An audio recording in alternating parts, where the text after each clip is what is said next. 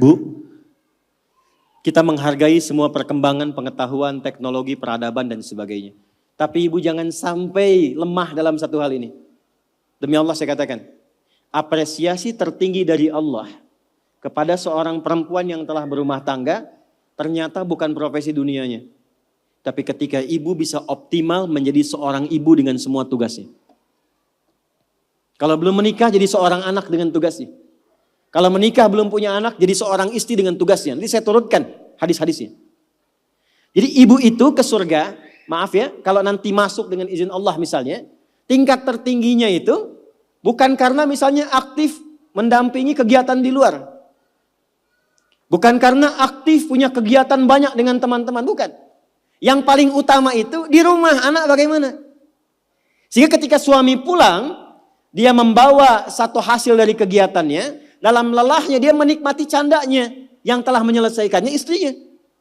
Itu Bu, setiap apa yang dikerjakan kalau benar demikian, perhatikan hadisnya di At-Tirmidzi. Idza shallatil mar'atu shalataha wa shamat shamaha wa hafizat farjaha qila laha yaumal qiyamati udkhulil jannata min haitsu syi'ti. Kalau ada seorang perempuan enggak pernah salat sunnah, cuma salat fardu saja. Enggak pernah puasa sunnah, puasanya Ramadan saja. Dia menaati pada suaminya, menjaga kehormatan keluarganya. Dia menempatkan tugas di rumah sebagai tugas utamanya. Maka apa yang terjadi? Qila laha yaumal qiyamati. Dikatakan kepada perempuan ini saat kembali kepada Allah di yaumil hisab. Udkhulil jannata min haitsu syi'ti. Cepat langsung masuk surga dari pintu mana saja yang kamu kehendaki. Gak ada hisab. Sekarang ibu gak dilarang, silakan. Pengajian banyakin, optimalkan. Tapi dengan pengajian itu balik bawa ilmunya kepada anak. Kalau perlu aja. Kegiatan di luar silahkan. Tapi jangan sampai, maaf, ibu aktif di luar, tapi anak ibu dititipkan pada orang lain. Sehingga dia mendapatkan karakter dari perawatnya, bukan dari ibunya. Jadi wajar kalau dia gak kenal ibunya. Wajar kalau gak akrab. Wajar kalau dia mencari jati diri di luar. Karena dia gak kenal ibunya. Bangga kalau sudah banyak penampilan bisa dirubah. Ibu gak khawatir kalau anaknya mencari perhatian di luar. Ibu gak pernah bahkan sempat menyapanya. Cuman ketemu, berangkat, tidur, ketemu lagi. Lalu apa yang mau dicari dari apa yang dikumpulkan itu? Nah, Sayyidah Khadijah itu sebelum Nabi pulang itu sudah khatam. Makanya kita belum pernah dengar kan kisah cerita Fatimah merewelkan Nabi. Pernah gak? Umi Kulthum merepotkan Nabi? Gak ada.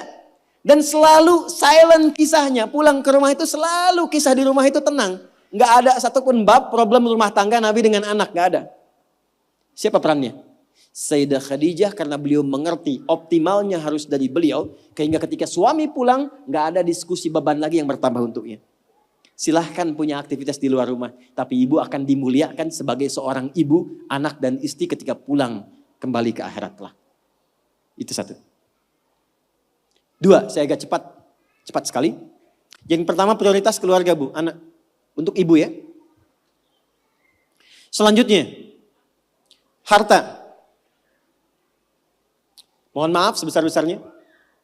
Sayyidah Khadijah, walaupun mendapatkan penghasilan dari aktivitas dagangnya, tidak pernah menjadikan bagian harta beliau hanya untuk dikuasai bagi pribadinya. Dan gak pernah ada perjanjian pranikah misalnya. Ya Muhammad SAW, saya nikah punya harta segini ya. Kalau nanti ada kejadian ini jangan diambil ya, gak pernah. Apapun yang diusahakan, maka dikumpulkan menjadi satu untuk mensupport cita-cita mendapatkan yang tertinggi di hadapan Allah. Ibu apapun yang didapatkan kalau punya penghasilan, pendapatan dan sebagainya, dudukan jadi satu sebagai harta keluarga bersama. Rumuskan untuk anak-anak. Anak pertama mau kemana? Bikin tabungan, bikin persiapan. Anak kedua seperti apa? Anak ketiga bagaimana? Bicara dengan suami. Maka ini diantara ciri yang pernah diajarkan oleh Sayyidah Khadijah. Sekalipun dagangannya cukup banyak. Tapi semua yang dihasilkan untuk mensupport kegiatan yang diarahkan pada tujuan yang sama. Surga. Jelas? Oke, yang terakhir. Meluangkan waktu untuk diskusi, bicara, ngobrol yang saling menguatkan, bukan mengungkit kekurangan. Tuh. Nabi Muhammad sibuk gak? Sibuk gak? Banyak tantangan gak? Tapi ketika pulang ke rumah, ngobrolnya itu dengan Sayyidah Khadijah selalu yang baik-baik, yang romantis, yang saling menguatkan.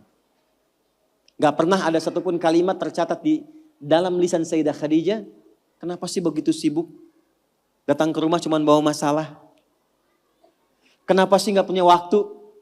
Kenapa sih banyak kegiatan di luar? Tapi ketika pulang ke rumah, aku selalu mendukungmu. Nabi mengatakan kegiatanku ini, dan ini. Aku akan berangkat ke sini menemui si fulan. Baiklah, siapkan, optimalkan, Allah pasti melindungi. Sehingga semua kegiatan, beban yang dirasakan, itu ketika berangkat gak sendirian. Jadi beliau pun dalam sendirian pun merasakan aura-aura Sayyidah Khadijah. Mau berangkat kerja, merasakan pesan dari istri. Pulang dari situ, ditinggal pun istri merasakan pesan dari suami. Ini yang harus dioptimalkan. Dan ibu, apa yang terjadi?